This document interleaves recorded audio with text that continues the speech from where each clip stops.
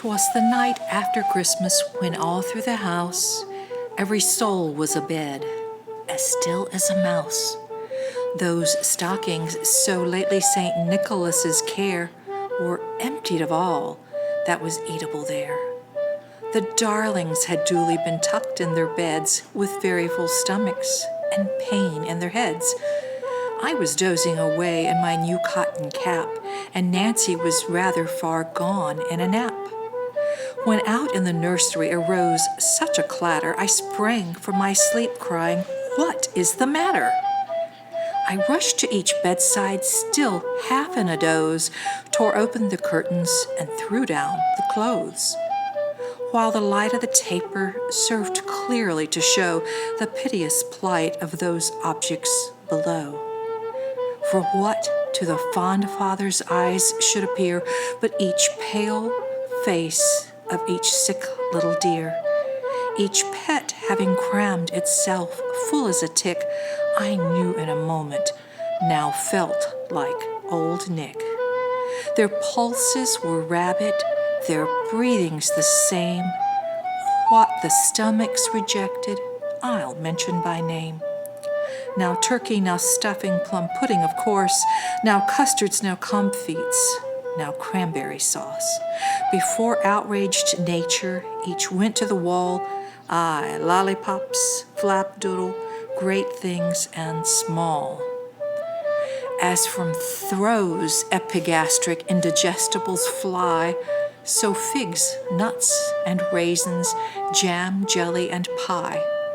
All the horrors of surfeit thus brought to my view, to the shame of Mama and of Santa Claus too. I turned from the sight, to my bedroom stepped back, and brought out a vial marked Pulv Ipecac. Now my Nancy exclaimed, for her sufferings shocked her, "Don't you think you had better, love, run for the doctor?"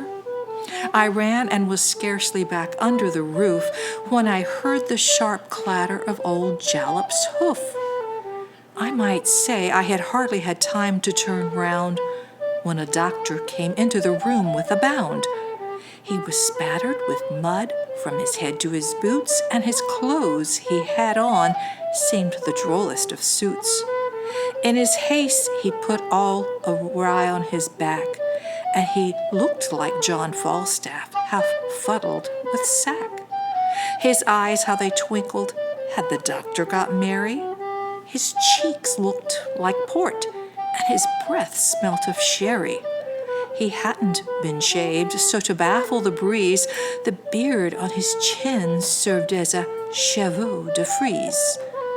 But inspecting their tongues, in despite of their teeth, and drawing his watch from his waistcoat beneath, he felt of each pulse, saying each little belly must get rid of the rest of that pie crust and jelly.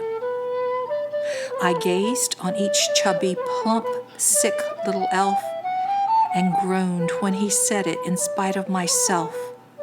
But a wink of his eye as he physicked dear Fred soon gave me to know I had nothing to dread.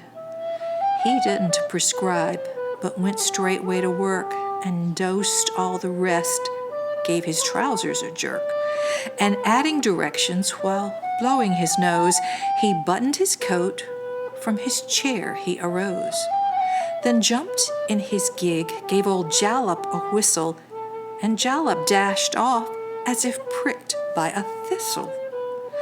But the doctor exclaimed ere he drove out of sight, "More cases just like them. Good night, Jones, good night."